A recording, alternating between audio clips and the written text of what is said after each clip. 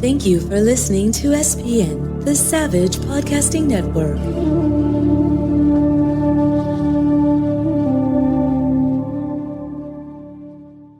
Since its opening in 2015, Faro Restaurant has been one of Idyllwild's leading restaurants, applauded for both its gracious service and casual take on fine dining. Nestled in the heart of the beautiful alpine village of Idyllwild, California, Faro is more than just great food and elegant surroundings. It's a treasure destination not to be missed. Faro Restaurant, an official sponsor of the Idyllwild International Festival of Cinema. It's Italian, elevated. The Riverside County Film Commission and the Riverside County Economic Development Agency are proud to sponsor the Idyllwild International Festival of Cinema. With a region of over 7,300 square miles, the Riverside County Film Commission works closely with all 28 cities located within its borders, as well as state and federal agencies, to help streamline your production and ensure its success, assisting with everything from permitting in all jurisdictions to finding just the right locations for your shoot and many other production necessities. Riverside County, the perfect fit for your next film production. Idyllwild isn't just a scenic mountain town, it's a living gallery. The Art Alliance of Idyllwild supports local artists, funds youth art programs, and hosts world-class events that turn our town into an art lover's destination. Become a member, attend an event, or donate to support the arts. Follow us on Instagram at Art Alliance of Idyllwild, or visit artinidyllwild.org and be part of our creative community.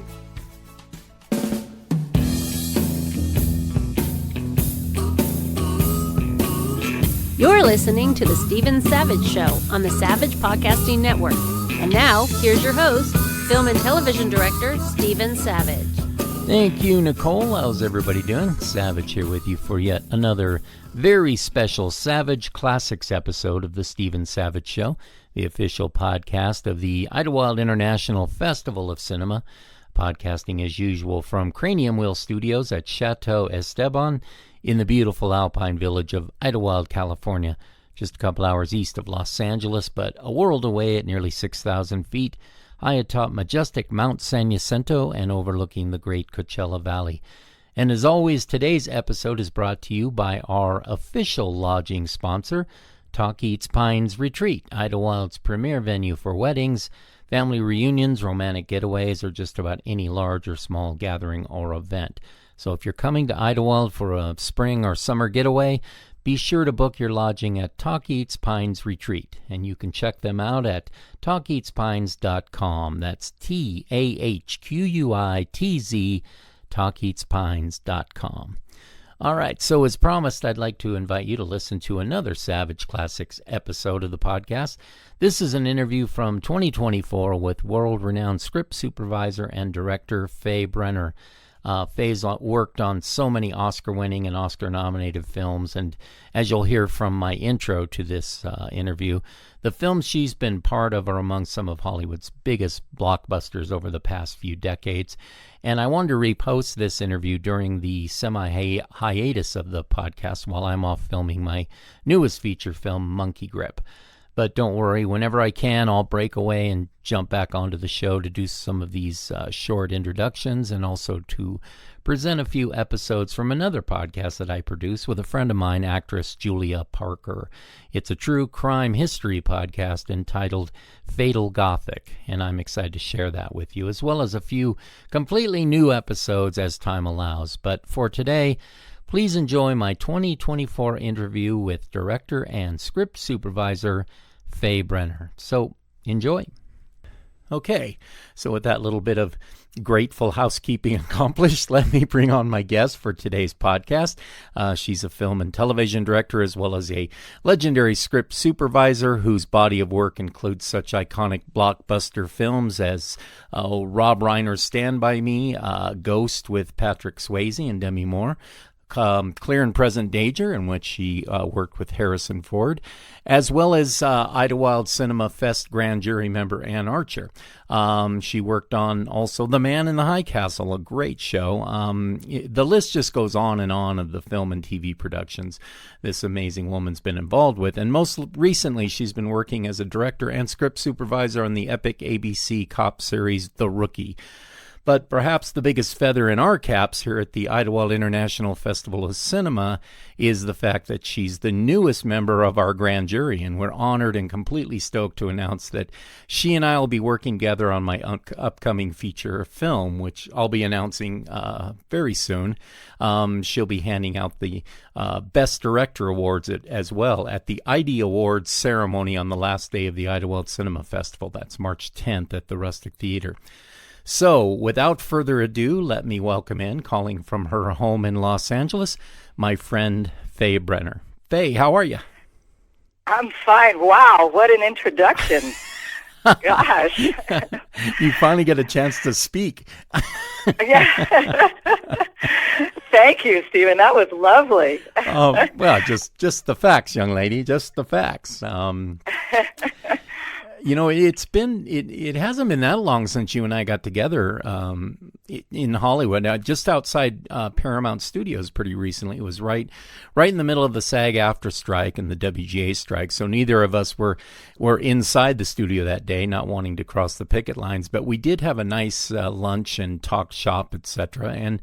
And just before that, we met up right outside the studio as well on a day. I was giving a friend of mine a private tour of the studio of Paramount, and we got together at, I think it was Lemonade on Larchmont, a place I've been to a few times since you introduced me to it, near the Melrose Gate, if I recall. But I'm excited now that I'll get to see you and hang out a bit during the film festival next month. Yeah, I'm excited too. It was certainly a wonderful memory for me last year, and my film walked away with awards, and it was very exciting, and it was fun to be with all those people and all those young filmmakers, and see how much talent there is out there, and to be part of the group, and encouraging, very supportive, very, very supportive group from you guys at the festival, and just generally, all the filmmakers there to support each other. It's really lovely. Yeah, it's finally a chance for people who, well, like yourself, who work on the higher end of film production to actually get to meet a lot of up and coming new talent, and that's always the fun part for me, is just getting to meet people from all over the world who are just starting to spread their wings in the film industry through independent film. And then we have, you mentioned the ID Awards. I'll be hosting the awards with a couple friends of mine this year, Samantha Lockwood, who my listeners will know from Hawaii Five-0, and a film she starred in, which just left theaters, I believe, called God is a Bullet. And also my friend Emily Peachy, who starred in the really wonderful film The Fault in Our Stars. And most recently, she did a turn on a show in which she starred opposite Jeff Daniels called American Rust.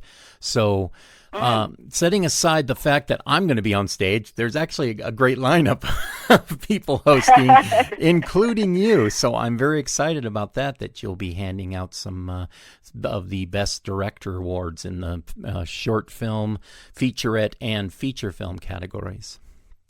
Yeah, the pressure is on now. It's always nice to just see the awards, and I told a friend of mine who's a very well-known actor, and he came up one year and he said, "Man, these filmmakers are so excited." And I go, "Yeah, to them this is the Oscars. This is, they've been working hard to get a film done just to be here." And so I honor them, and I appreciate the effort, and I take it very seriously. And when in a few times in the past, industry people who've come up and kind of made light of it, oh, big deal, and I'm like, that's not the attitude. This is an important day, the awards for these filmmakers, and I really enjoy the process. It is a big deal. It's a big deal to everybody, to put together a film, even in spite of all my years in the industry, to finally put something together of my own. Mm-hmm. And it took a lot of hours and a lot of help from a lot of people. And, without that help, it wouldn't have happened. And it's difficult. It's not an easy thing. And so getting recognized even in a place like Idyllwild, as opposed to in New York, it doesn't matter. Mm-hmm. Just the fact that the work is recognized is what it's all about. And that's really great. And that's the wonderful thing about the festival. Yeah, I've heard people say before, are film festivals really worth it? Are they even important? And to me, it's like, it's very important. For a lot of people, it's only their first time, having a voice with their work. And to me, it's like just from the basics, try renting a theater and then getting your friends to come and buy tickets. And then at a film festival, you actually get recognized in a big way, and you've got a built-in audience. And I think film festivals are very, very important. Also, the feedback from other filmmakers and from general audience, because otherwise you're just working in a vacuum. Mm-hmm. And when I made my film, I was so happy to be able to have people watch it, other than me and my editor. So it's like really, really important to be able to have a venue. That's to right. do that. And yeah. And then I learned quickly on when we first started the film festival, I would get on the phone and beg my well-known actor and director friends to come up. And then I realized that's not necessarily why the filmmakers are coming up there. It's not really about what movie star they can, that's fun. But the thing is, it's more about being heard, being seen, just being showcased. And also, we bring distribution people up, so it's a chance to, talk about your film to somebody who can actually get it out there in an even bigger way, which is exciting. Mm-hmm. Yes, absolutely. So if you don't mind, I like to start my interviews off by allowing my listeners a chance to know a bit about my guests, how they got started in the biz, the early forays into the entertainment business, where they grew up, etc. So to continue in that tradition, give us the Reader's Digest condensed version of your journey, culminating in your working on some of the biggest Hollywood films of the past couple decades. Well, I kind of cheated in that I grew up around the industry because my father was a production designer. Mm-hmm. So films were always in the cards for me, and music, because my mother was a pianist. So I didn't have much choice. But I started as an actor, and I needed to put braces on my teeth. I needed a job, and I needed to pay for the braces.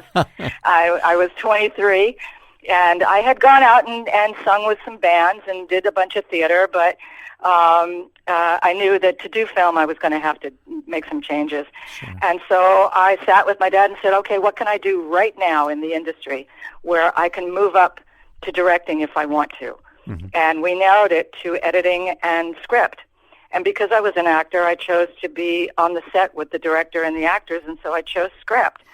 To those who are thinking about it, I would suggest editing because it's a faster route, and you have more creative input as an editor than you do as a script supervisor. But I wouldn't trade it. I worked with some amazing people, and that was my film school because I didn't go to film school, and I started in television when there were no female directors in television, and I was in my mid-20s. And then finally, I decided that since I was bumping my head on the television ceiling, I'd better do something else. And I decided to do features. I wanted to work with the best of the best. And I got lucky. The company gave me my first feature, and my second feature was Stand By Me. And I learned so much from Rob, and it was his second feature. And then from there, I jumped onto other things. I did The Morning After with Sidney Lumet. That was film school, right there. Yeah. And Clear and Present Danger with Harrison and Philip Noyce directing. Philip had been an editor and then became a director. So again, more to learn. The Ghost with Jerry Zucker directing, and Patrick Swayze and Demi, and Whoopi. Mm-hmm.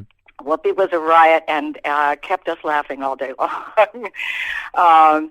So that was my film school. And then when I finally decided I would go back to script, it was because I got married and started having kids, and I didn't want to leave town. Mm-hmm. So I went back into television, and I got on a couple of series. And at that time, that's a good way for a script supervisor to move up. Sure. Was to get onto a show, convince them that you're capable, and be given an episode. Yeah. And so I did that, and I was on a show. I was supposed to move up. I'd been on the show for 5 years, and I was next in line, and the show got canceled. Oh. And so there I was having to start from page one all over again. Right.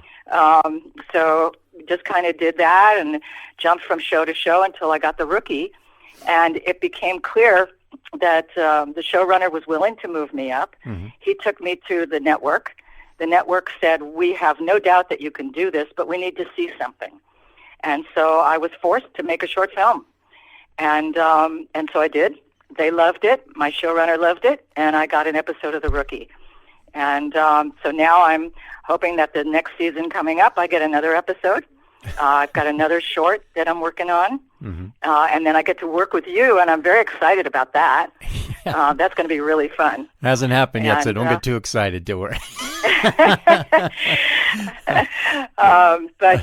But yeah, so I'm just moving forward. That's the only way. But I will say that anybody who wants to be a director is nowadays it's making a short film, mm-hmm. Or even a feature, but making a film, let people see what you can do. I say that too. When I've taught at AFI, I've taught first-year directors, and I've lectured here in Idyllwild. There's the Idyllwild Arts Academy, and I've lectured out there in the past, and I always tell everybody, just make a movie. I went to film school, and in hindsight, it was a great experience, but I think I would have been in the same trajectory as I am now had I not spent the money on film school. However, having said that, I did make some connections there.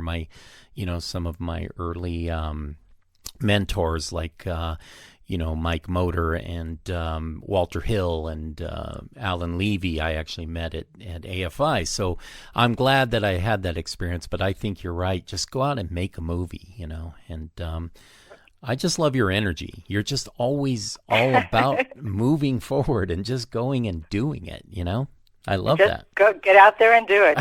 Just move forward. And it doesn't matter how long. It doesn't have to be a long movie. I've been to some festivals in this last year mm-hmm. that I saw several that were like 6 minutes. Mm-hmm. I saw one that was 4 minutes from Italy. Mm-hmm. It was beautiful. Yeah. So just go out and do it. And it's the process. It's putting it from paper onto film and editing it and getting it out there. Get your family involved. and beg all your friends. Yeah, that's right. But, that's right. Yeah, it is. It's filmmaking is one of those where one of those sort of ventures where you can actually say it's not the destination, it's the journey, because the journey of becoming a filmmaker is all about just getting it done, just starting it, and then putting your head down like a little bull and making things happen. And I find that's the best advice I have ever given people is just that, just go do it. And it sounds simple, but it's true. And in your case, you work on these huge, big budget films, and then you're willing to say, yeah, but it's not enough. I want to direct, and I'm going to start off, even if it's with a small little short film. And that's what's great about short films. They're like film school. 3-4 days on a set of a short film is like 3 years of film school, I think. Oh, absolutely. Absolutely. Yeah. The coordination, your casting, learning how to cast, mm-hmm. That's a big deal. Casting, it took me a long time to find my cast, mm-hmm. and I wasn't going to settle. I needed really good people, or mm-hmm. I wasn't going to make the movie. Mm-hmm. And because being as far along as I am in the business, for me to come out with something just sort of average, I wasn't willing to do that. Mm-hmm. and you know, hyping myself to all these bigwigs I know, Right. I had to put something together that was good. So I learned a lot about casting, and then trusting my DP, being able to have discussion with my DP and know that he saw what I saw, and that's really evident in my film. And I was very specific, since it was a period thing taking place in the late 70s. I wanted a particular look. I didn't want it to be Kodachrome colors and you know, splashy modern TV kind of look. And he understood that because of the nature of the story, because it's all about the story. It's tell the story. And you can tell a story very simply with two people at a table, or you can, you know, do it with people riding bicycles, but it's the story. And that's one thing I learned from Rob Reiner on Stand By Me. He and his DP got into arguments a lot because the DP wanted to make beautiful pictures, as he would, and Rob was all about telling the story.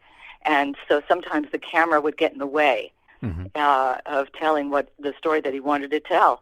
And that's really true. You don't have to do a lot of amazing cinematography unless that's part of the story. You know, especially for a short film, you want to get the emotion out. You want to get the characters across to the audience and have them feel something. Sure. And that's it's funny you talk about Rob Reiner, and I've known so many people that have worked with him, and one of the actors who I've worked on, I've directed on 3 different projects, and he was in another Reiner film, A Few Good Men, Wolfgang Bodison, who played Lance Corporal Dawson, and he started off as Reiner's personal assistant, and then they just threw him into the role and then expanded it. And he said the same thing. He goes, working with Rob is like you just watch the guy, and you know, there's people talk about Spielberg and they talk about, you know, other big directors, but he said it's like Rob's kind of under the radar, but the way he works is brilliant. And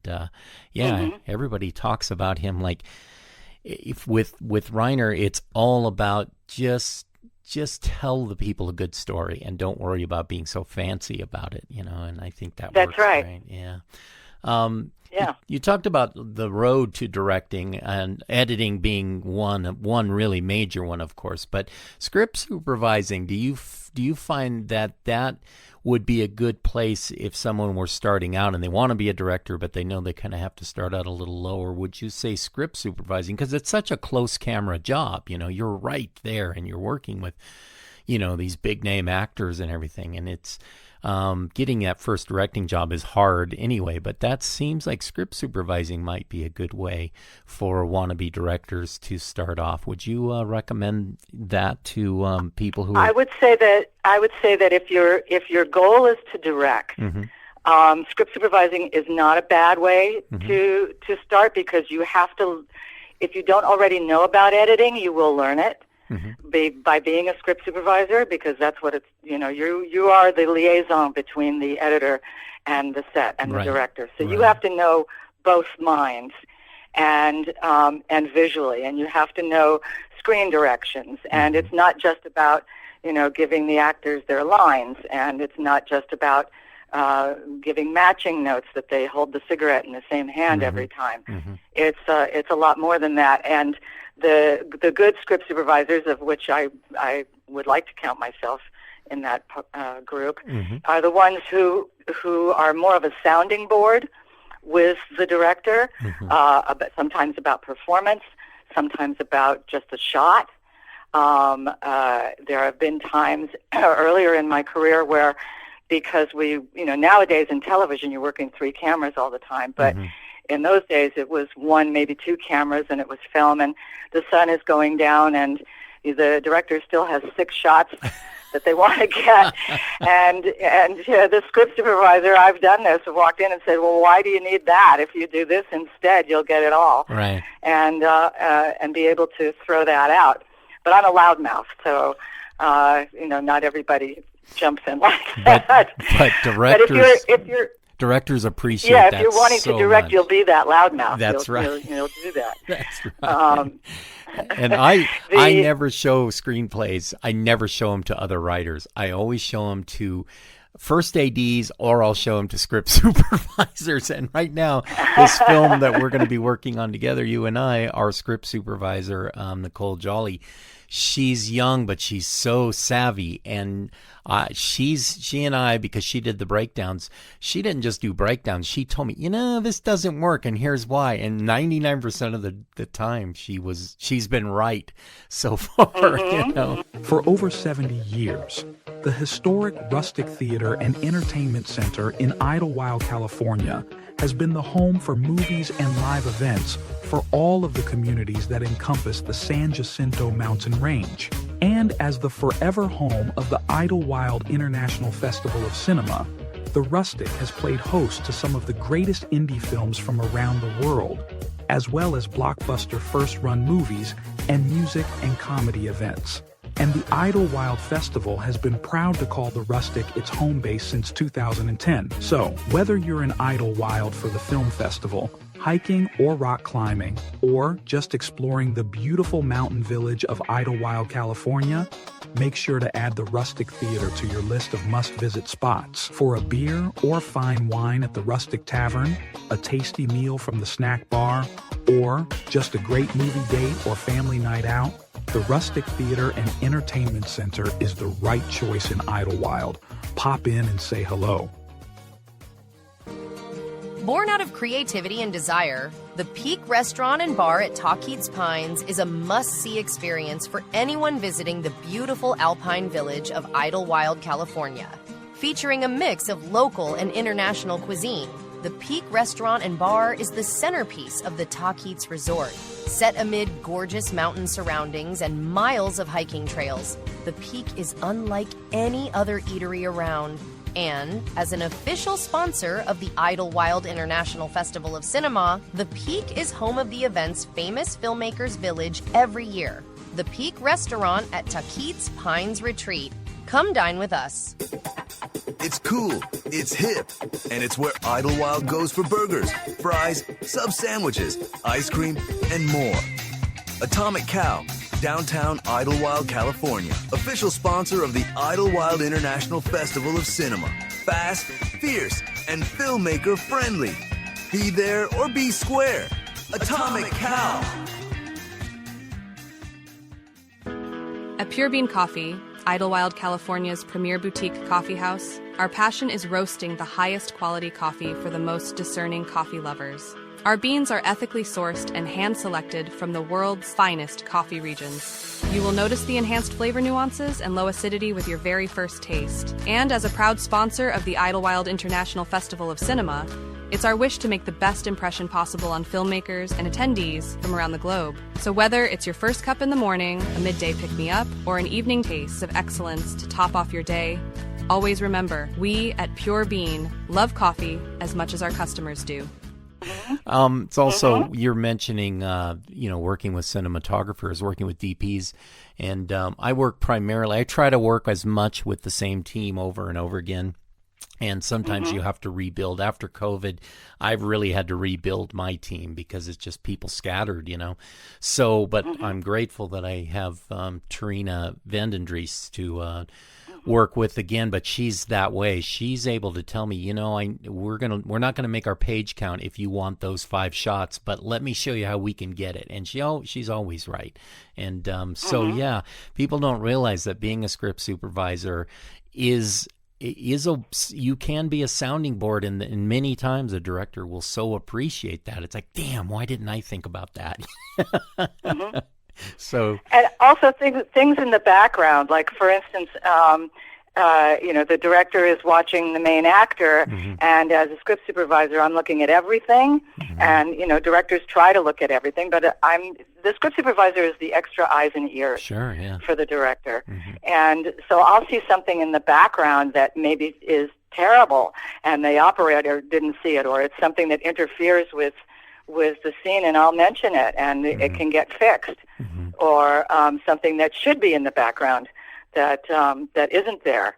So stuff like that. It's a team sport. Yeah. Directing, script supervisor, DP. Also, a good DP is going to really understand the story, and again, it's all about story, and understand what the director is trying to do in telling that story. So to make it smooth and fast, and something that I've learned now as a director is the prep, and the prep with the cameraman. So I didn't say a lot about the type of camera or anything like that on my film, and I certainly didn't do that on The Rookie, but to be able to say, okay, this part is all going to be static, and then when she walks in the room, then it's going to be all handheld, because I want the energy of the handheld. And the same thing on The Rookie. We did the same kind of thing, and use the body cameras, change the the speed, go to 48 frames and that kind of thing to really get the energy or change it up. And then in the more dramatic scenes, make it a more static camera, and the lighting to be to emphasize the emotion that's going on in that scene. Yeah. As a director, I've never told a DP which lens to swing ever once. What my gift and why I work with Trina so well is she can kind of think ahead. She knows what I'm thinking, sometimes a little before I am, So, but the thing is, we have that lingo between each other.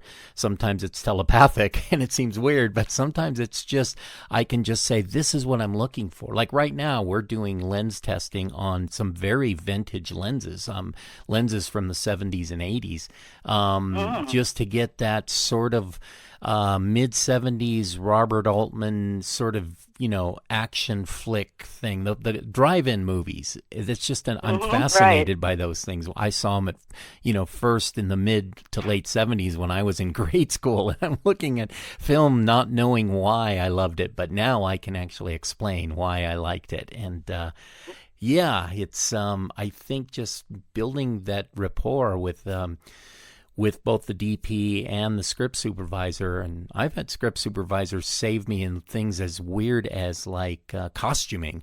She shouldn't be in that costume. This is the costume. And it's like the costumer, oh my God, she's right. And I've had that happen so many times. So you have to kind of be the quarterback on the film as a script supervisor, that's for sure.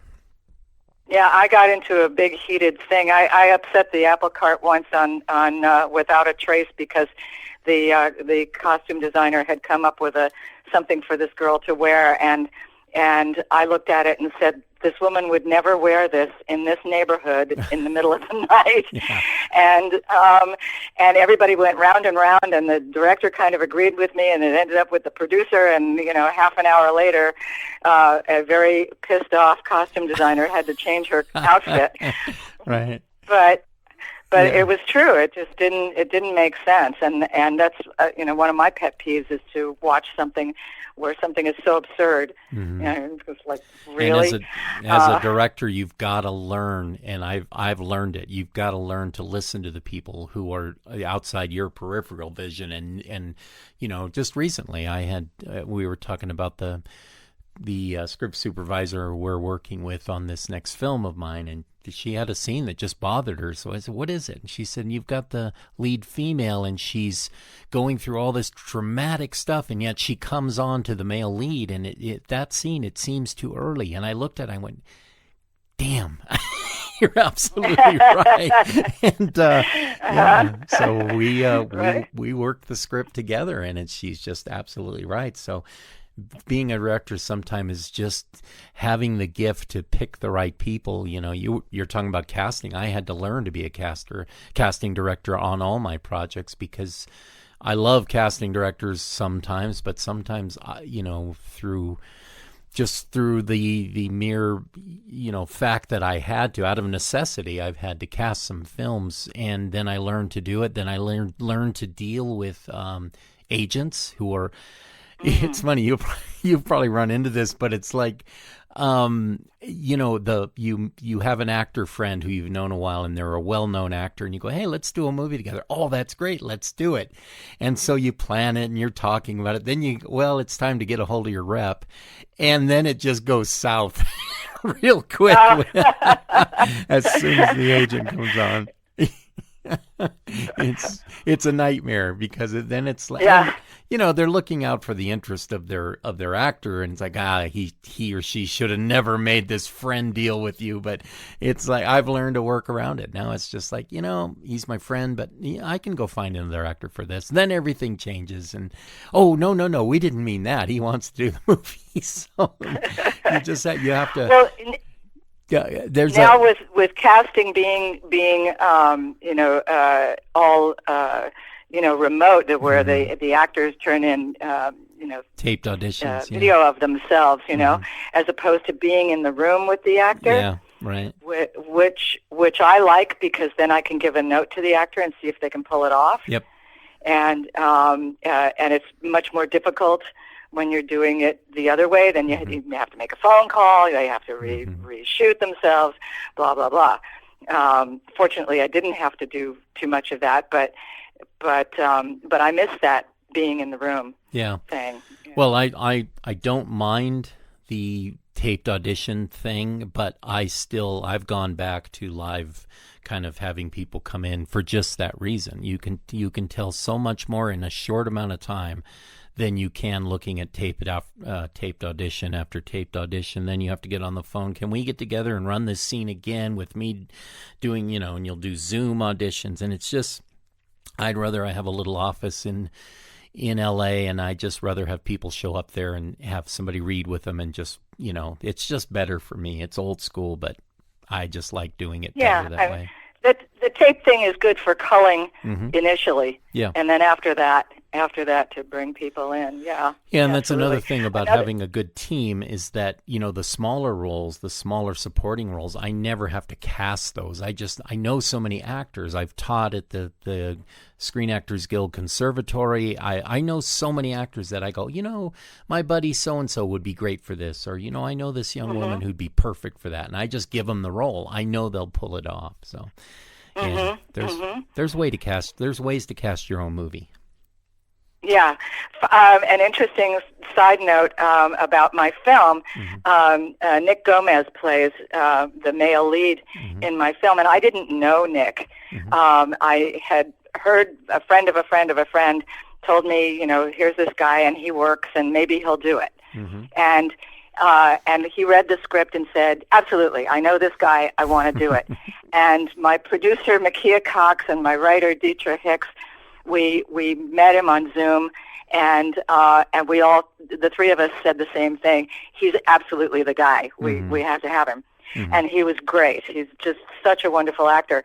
Well, then cut to me doing my episode on The Rookie, and there was a role that hadn't been cast, and I called the casting director. I said, do you have somebody in mind? And she said, no, do you?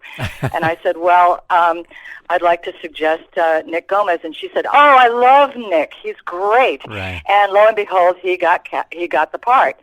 Well, it turned out to be a short thing for him, that particular gig, because he had also been cast in Fargo. So he had to leave. They were developing this whole character for him. And he went and did Fargo last year. And now the next episode that we're going to be shooting on The Rookie, they've brought his character back. That's great. And so he's going to be back on The Rookie with a big role this time. He loves you. Yeah. I'm thrilled. I'm thrilled that he's going to be doing that. And the lead female in my film also ended up on The Rookie. Had nothing to do with me. Her agent put her up for it. They loved her. She got cast. So, things like that happen. See, we are, as directors, we can cast movies. We know what we're doing. It's funny, too. People don't realize that, they're making a movie and they say, I don't even know how to approach a big name actor. It's surprising the caliber of actor and sort of that high B-lister, low A-lister that nobody thinks they can get. But if you're giving an actor a part that they've never done before, a role that's kind of outside their comfort zone, they'll do it just because they want to do it. They want to stretch. Actors want to act. That's something I learned very early on. Yeah, and that's exactly what Nick told me. He said, nobody would ever cast me in this role. Right. And he said, I really want to do this. I said, absolutely. Yeah. That's when I first started working with Wolfgang Bodison. We just talked about him earlier from A Few Good Men. He'd never done a Western before. And he always wanted to. Every little kid wants to do Western. And I said, you're playing. And he goes, really? This is, you'd put me. And I go, dude, there were a lot of black cowboys. There was thousands of black cowboys in the Wild West. And this part is based on a real character. And I want you to play it. And he was so thrilled that he said yes so fast just because he could ride a horse and shoot guns. And he was quite happy about it. So, yeah, you can go after guys that have big resumes if you just offer them something that interests them, that piques their interest. Right. Before we get too far away, let's talk about your film. We mentioned earlier the one that you entered into the Idyllwild Festival in 2023, a film called Promises. It was a cool film that I enjoyed a lot, and you like you said, you won a few ID awards, including Best Director. And did you win Best Short that year? Yes. Yeah. Then that's how you and I became acquainted. Right. Leading to my getting out my knee pads and begging you to come on board for our grand jury in 2024. Did you enjoy the process of making the short film, and where did the story come from? You told me, but I think my listeners would really like to know where the story actually, how that germinated. Well, the story is just one moment in the life of a woman I met 35 years ago. And I've wanted to tell her story for all these years. I had an outline for a biopic, which got really close to went into development, got really close to being produced for television, but it ended up nothing having to do with me, but it ended up not getting done. And I had just held on to it all these years.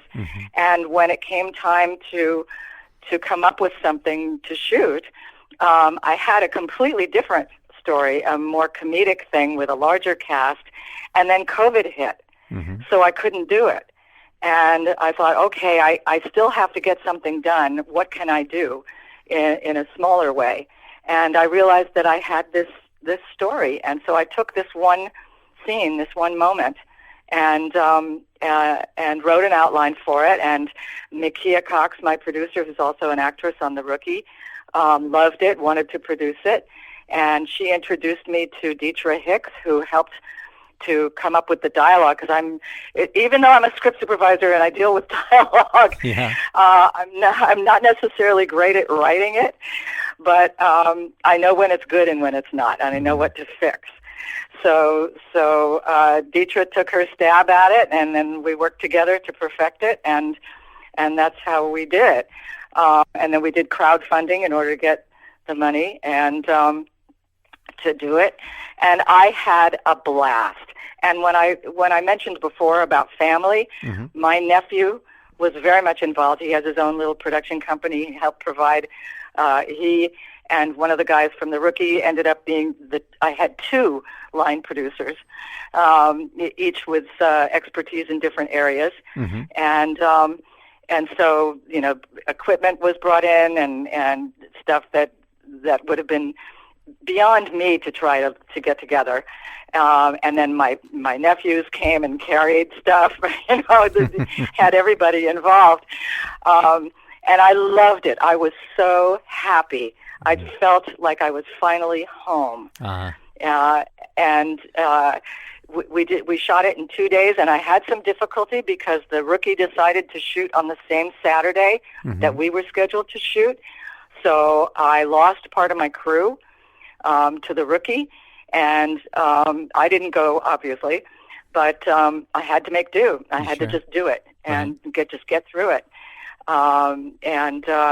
And we did, and I was so happy. I was exhausted at the end of each day, but so happy that I'd finally came home. Like I said, it just felt so good. Yeah.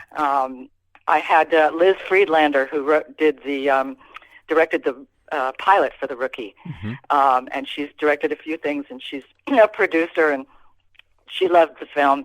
And she said, "You finally felt like you were in your body." And I said, "That's right. That's exactly right." That's a great quote. Welcome to the world of New Spirit Vacation Homes, Idyllwild's premier vacation home rental provider. Whether it be an escape from the heat, a visit to the snow, or for the Idyllwild International Festival of Cinema, we have the perfect vacation rental for you. New Spirit Vacation Homes is distinctive from any other vacation rental company, not only because our guests have the broadest choice of luxurious homes to choose from, but also because we ensure guests' expectations are met and they have the most enjoyable and fulfilling getaway. New Spirit Vacation Rentals, an official sponsor of the Idyllwild International Film Festival. Find us at newspiritvacationhomes.com. Every small town has that one special spot, a place where strangers become friends and friends share great times together. Idyllwild, California has just that spot, Terrence Place Pub and Gallery, where live music and good company create amazing memories. We feature fine wines along with international and domestic tap beers. Our vibe is welcoming, fun, and eclectic. Terrence Place Pub and Gallery is proud to be an official sponsor of the Idyllwild International Festival of Cinema. Come and experience the alpine charm of Terrence Place, located in a village lane in downtown Idyllwild, California. We invite you to stop by and have a great time. No small mountain village would be complete without its favorite local breakfast spot, and the Red Kettle restaurant in Idyllwild, California is just that place. As Idyllwild's premier downtown breakfast and lunch restaurant, the Red Kettle is exactly what you'd expect. Great food, friendly service, and quaint small town charm, the Red Kettle is the heart of Idyllwild's village life. And as an official sponsor of the Idyllwild International Festival of Cinema, all festival badge wearers are treated to a 10% discount on every order. The Red Kettle restaurant, Idyllwild, California. Home-style cooking all year round. Looking for great Mexican cuisine in Idyllwild, California?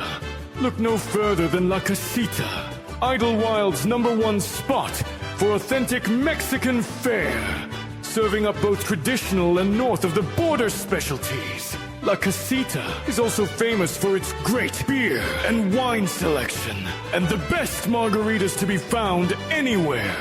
La Casita, an official sponsor of the Idyllwild International Film Festival, and simply the best Mexican food around. I like that. Yeah. You finally felt like you were in your body. That works. That's really good. Mm-hmm. Let's talk about, we've been talking about other directors. You mentioned Rob Reiner, of course. I can tell you enjoyed that process, learning so much, working hand in hand with, amazing directors. Who are some of the other people you've worked with that you've really enjoyed, some of your favorite directors to work with? Well, I learned so much from Sidney Lumet. Mm-hmm. He worked in a very specific way. He would have 2 weeks of rehearsal, which is not something you normally get to have, especially in television. Right. But he had all the sets taped out on a floor in a church, and he would rehearse it like a play. So there was a day of table read, and then another day of talking about the characters around a table, and then he would call, just like rehearsing a play, you call certain actors in to start blocking certain scenes. And it was me, the prop guy, and Sidney, along with the actors. And he would block the scenes, and I would time everything at the end of each day. He wanted to know the timings for the film. And at the very last rehearsal, it would be the entire movie. Even car scenes were just chairs set up where the actors could sit. Right. And he would run it just like a play, and his DP would walk around with him, and he would say, okay, at this point, I'm going to go in for close-ups. At this point over here, I'm going to do over shoulders. And the DP would be writing it in his script, and I would be timing it. And the very last run, I would time the whole thing. And that was what he expected it to be. And it was so fascinating how he worked. And then the discussions with the actors about their motivation and about their characters and about, Jane Fonda had a big thing to do with props. So in the whole opening of the picture, and so she's planning which prop she's going to do when, and what's the sequence, and what is she feeling when she's doing these things. So it was definitely film school and definitely, you know, acting school, because he came from the Meisner School of acting, and he had done, you know, theater for so long and live TV. And so that was really amazing to work with him. And we shot it in 37 days. Yeah, which, that's quick. For a feature film, that's pretty short. That's my norm.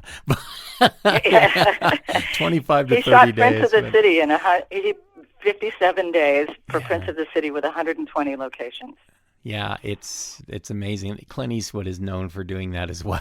He just moves so fast, and I think was it Cassavetes who said the minute that he directed something with more zeros behind it, he got frustrated because it just takes forever. He says, I could have shot half the movie in the time we've gotten 3 pages of dialogue in here. It's funny, but I was so impressed with the prep yeah. because Sidney was so well prepped about everything, and so that's why it was so smooth, and the sets were half pre-lit because the DP knew where everybody was supposed to be and what they were going to be doing, and what his job was going to be. So I kind of like this idea a lot. I'm just thinking about it for now, you know. I'm thinking, man, if I could just squeeze in a week of doing that, everything would go so much faster, you know. The wheels are turning now in my There you go. And the prop guy knew everything that was supposed to be there when, and so, you know, we never had to scrounge for anything. Everything was done. Wow. And Sidney told me right in the beginning when I first met him and he hired me, he said, I want you to know that I don't need any suggestions from the script supervisor. And I said, okay. And the reason being was because of all these rehearsals. Right, yeah. I ended up giving him one suggestion during the film.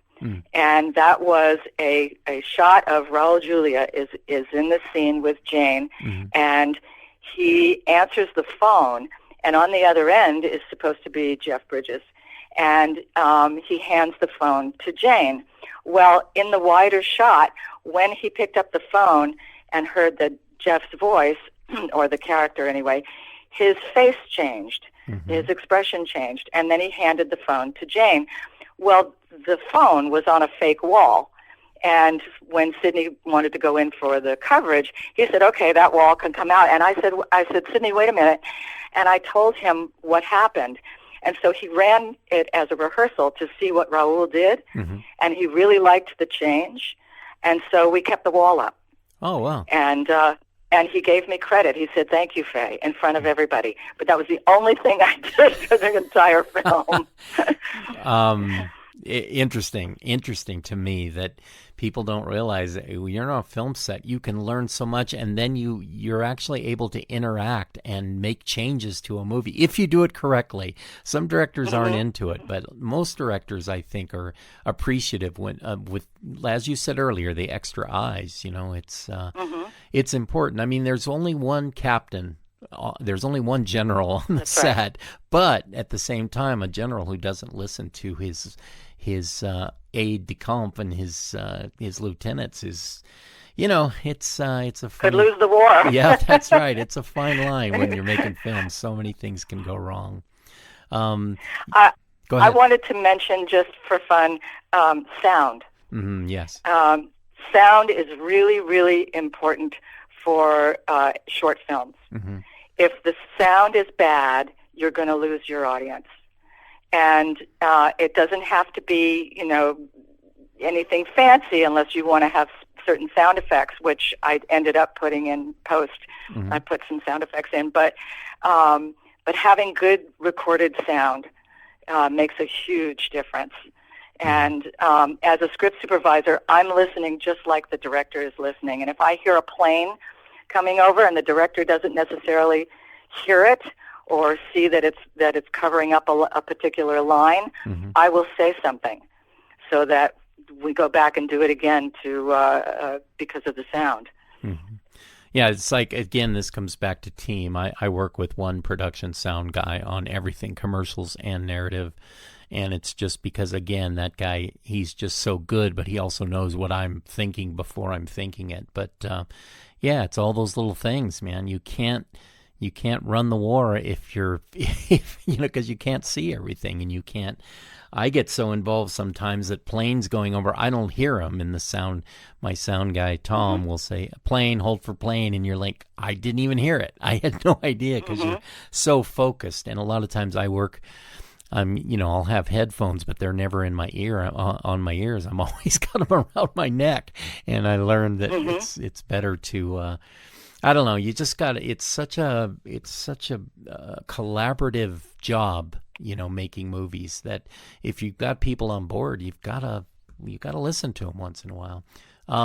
You recently finished directing. We talked earlier about the ABC series, The Rookie, and you've done independent film now. And do you enjoy working within the Hollywood system, or is it? I mean, obviously you enjoy directing, but is it more fun for you to do the maverick indie sort of thing where you're kind of out there and your neck's on the line and you don't have all that support? As Orson Welles said, that's a hard one for me to answer because I grew up in the industry. Sure, yeah. And I grew up with, my dad was nominated 5 times for Oscars, so he was doing only the big movies with the full on, So, Stand By Me was a little movie. We never expected it to do what it did. Right. And it was a $7 million budget or an $8 million budget. So that was a surprise. We were all just having fun. Right. Yeah.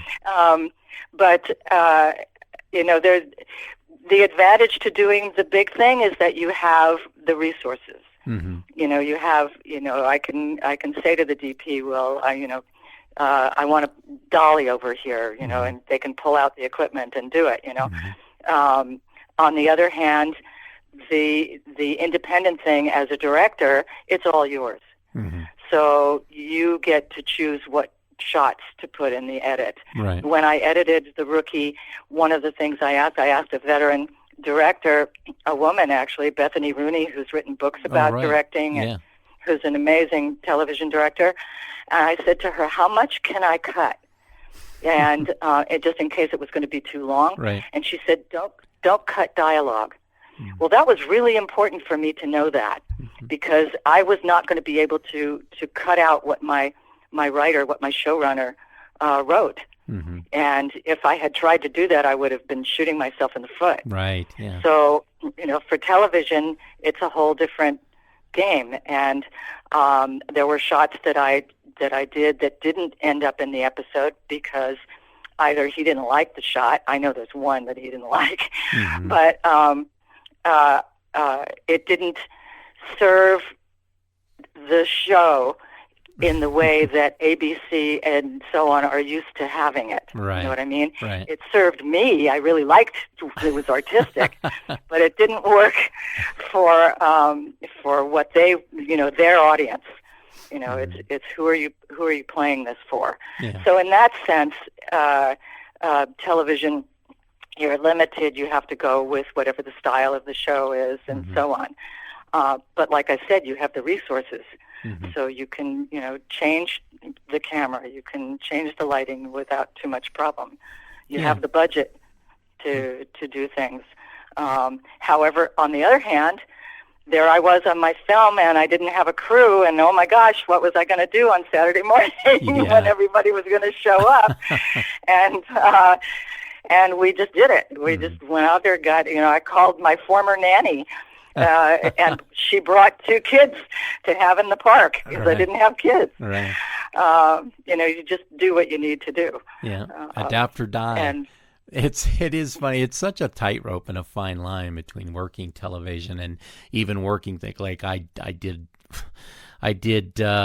reality TV, which I absolutely hated, and I've done a lot of commercial work. Everything's so different, but you just adapt, but when you're out there on your own, I think I was ready to quote Orson Welles when he said that, more zeros is the killer of creativity. In other words, if you have too much, if they make it too easy for you and they give you the kind of budget where, some directors will just, a 30-day shoot schedule will turn into 60 real quick just because, they figure they've got the time and they've got the money. And I think you have to go, even it's nice to have all the toys. In fact, it's imperative on a lot of shoots, but you've got to go into it with that maverick spirit and say, like you just did, I'm just going to get it done. And that means if I have to call a nanny bring 2 kids over to play background in the park, you just do it. And adapt or die. That's I always tell. In fact, I just told a filmmaker friend of mine really recently that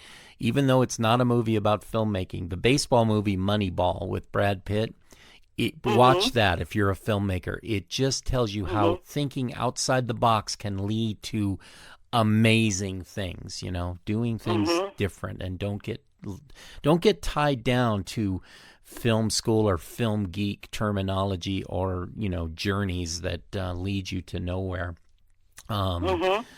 Being able to have the ability to just do your thing, and just even if it seems wrong to everyone around you, just do it, and it leads to amazing things. I'm sure you've found that out. Idyllwild, California is known for its many quaint shops, but none is more quaint or special than Shala Tea Company in downtown Idyllwild. With a wide variety of regional, international, and exotic blends to choose from, Shala is more than just a tea shop. It's an experience for the soul. As an official sponsor of the Idyllwild International Festival of Cinema, Shala Tea Company offers a discount for all festival badge holders. And what film festival journey would be complete without just the right tea bag in your travel cup?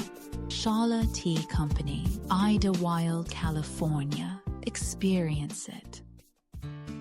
Woodland Park Manor, one of Idyllwild, California's best-known and beloved lodging destinations, is a rustic treat for the casual overnighter or vacation traveller. With its many unique rooms and cottages and that special hideaway feel, Woodland Park Manor gives new meaning to the word relaxation. Nestled among the tall pines and centuries-old oak trees, the manor says Idyllwild the moment you enter the property. As a sponsor of the Idyllwild International Festival of Cinema since year one, all festival attendees are treated like family, because that's what you are to the proprietors. Woodland Park Manor, Idyllwild, California. Book your room now and tell them you're coming for the festival. You will love it. Let us introduce you to Idyllwild's premier boutique inn, Harvey House, an official sponsor of the Idyllwild International Festival of Cinema, featuring premium amenities and luxurious accommodations amidst the backdrop of the majestic San Jacinto Mountains. Situated on the banks of tranquil Strawberry Creek, Harvey House offers our guests perfectly appointed accommodations in which to relax, unwind, and enjoy yourself in privacy and style. Our professionally designed property lends an atmosphere of comfort and repose unmatched just about anywhere, making your stay most memorable indeed. Harvey House, Idyllwild, California. Find us at harveyhouseid.com. Going for a hike and just want the best beef or vegan jerky on the planet before you hit the trail? Then Coyote Red's Idyllwild, California is where your search comes to an end. We offer a variety of premier natural foods, including our world-famous House of Jerky brand, barbecue sauces, hot sauces, treats, sweets, and so much more. An official sponsor of the Idyllwild International Festival of Cinema, we are located right downtown at the Fort, directly across from Idyllwild Park. Coyote Red's is where your search for the best beef or vegan jerky on the planet comes to an end.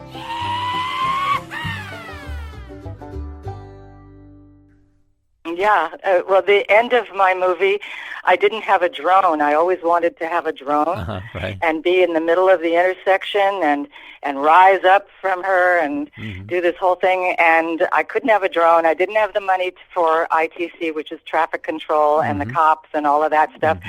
So all of a sudden, we put up a ladder as far into the street as we could sneak it, and put my DP up on the top of the ladder to have a high shot at the end of the movie. You just do what you have to do.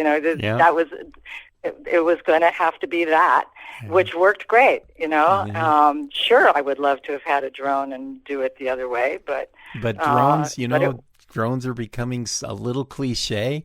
And it's funny you say ladder, because I needed an opening credit shot of just a car coming down a road, but I needed a high angle. And my AD went to the local fire department and said, do you guys want to come out and how much is it to rent your...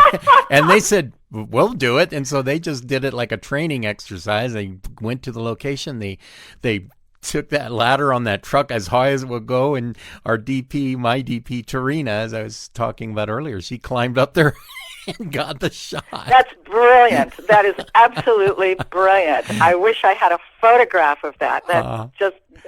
That's really wonderful. I may have some photographs, but when you meet Tarina, it's funny because I had to fight for her on the first film we ever worked on, which was a big cast feature film. And they wanted a certain DP, but I wanted her because I knew she knew the look I wanted. We shot on film, and I wanted that mid 70s kind of vibe. And she knew exactly what I wanted, but they didn't want a woman, and it always comes down to sexism, but they were just, we're going to do a lot of handheld stuff. And I go, well, you're not going to get her some camera ops? And no, we're going to do this kind of raw. And it's like, okay, so she's a woman, so you figure she can't. So I took her to lunch with our executive producer, and the minute we sat down, and I said, so Tarina, tell him about how you were in the Army and you learned how to be a cinematographer by shooting from helicopters at war scenes, battle. And he goes, you were in the Army? And he was a retired Marine, and they were such close friends by the end of it. And he acted like he had never doubted her at all. He was like, yep, she's our gal. That's great. She just laughed and said, I go through this a lot, man. Don't worry about it. I was all apologetic because I knew what she could do, and I knew it was just a matter of if this guy learned her background and knew, he wouldn't even have to look at any footage. And he did, and that's how it worked out. So. Oh, that's great. Yeah. That's great. We're gonna wrap it up for this episode of the Stephen Savage Show. Now, I told Faye I'd have her for 45 minutes. We're pushing an hour now, but. First, before we leave, Faye, where can people find out more about your work, and aside from your IMDb, which is always a good place to look, but you have Instagram and all that stuff? I have Instagram, Facebook, Faye Brenner Facebook. Instagram is Opera to Go, actually. Opera to Go, yeah. And I may have a Faye Brenner. I'm not even sure. I have somebody who does that for me. Yeah. And then IMDb. I have a PR gal, and you can contact her, and she'll get a hold of me. Oh, that's great. Yeah. And just FYI, for the filmmakers that'll be attending the Idyllwild Cinema Fest this year, you will have the opportunity to meet and speak with Faye, because she's going to be showing up, and she's, as you can tell from this interview, a very warm person, and I guess what I'm trying to say is she doesn't bite. So I'm happy to answer any questions. That's great. Okay, well, that's our show for this time around. I want to just remind everyone you can hear this podcast on Apple Podcasts, Spotify, Amazon, and just about anywhere else you listen to your favorite podcasts. And don't forget, the Idyllwild International Festival of Cinema celebrates its 15th year this March 5th through the 10th in beautiful Idyllwild, California. 100 film and video projects from 16 countries, and you can find out more about that, as well as see the schedule of films and get your tickets and passes at idyllwildcinemafest.com. So, for myself, our executive producer Trinity Houston, the entire Savage Podcasting Network team, and of course my guest Faye Brenner, thanks for joining us, and we will see you next time. Thanks so much, Faye. Thank you.